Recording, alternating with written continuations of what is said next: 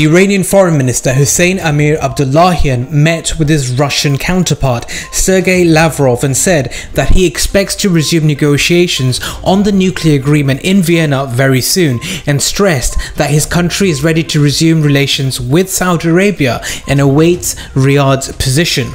Russian Foreign Minister Sergei Lavrov stressed that Iran is ready for this and that the international community is waiting for the United States to return to legitimacy of the nuclear agreement and to abolish the illegal sanctions targeting Iran. The United States National Security Advisor Jake Sullivan raised US concerns about China's actions in a meeting with China's top diplomat Yang Jiechi in Switzerland today, covering human rights, the Muslims of the Xinjiang region, as well as human rights concerns in Hong Kong, the South China Sea and Taiwan. Sullivan says that he made it clear to the Chinese that the United States will continue to work closely with allies and partners and will continue to engage with the People's Republic of China at a senior level to ensure responsible competition. The resistance movement Hamas called on Arab and Muslim leaders and masses to stand as an impenetrable barrier in the face of any upcoming normalization process with Israel, no matter what the false temptations are.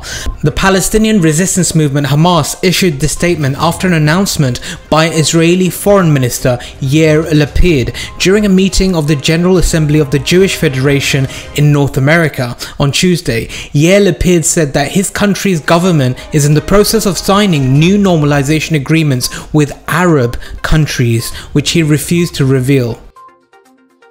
Israel, the occupational entity, and the United Arab Emirates have agreed with regard to travel visas between the two countries, pointing out that the agreement provides for exempting citizens of the two countries from entry visas, as visas will be cancelled for Israelis from travelling and entering Dubai starting from the 10th of October. This step will lead to an increase in the number of Israeli travellers to the United Arab Emirates. It looks like the Arabs of the Persian Gulf are running towards Dajjal at this rate. Ask them about the issue of Kashmir and they will only be able to tell you the very basics. Ask them about the issue of Palestine and then they are at the forefront of organising demonstrations around the world, because the reality is they feel more connected to the Palestinian cause than the issue of Kashmir.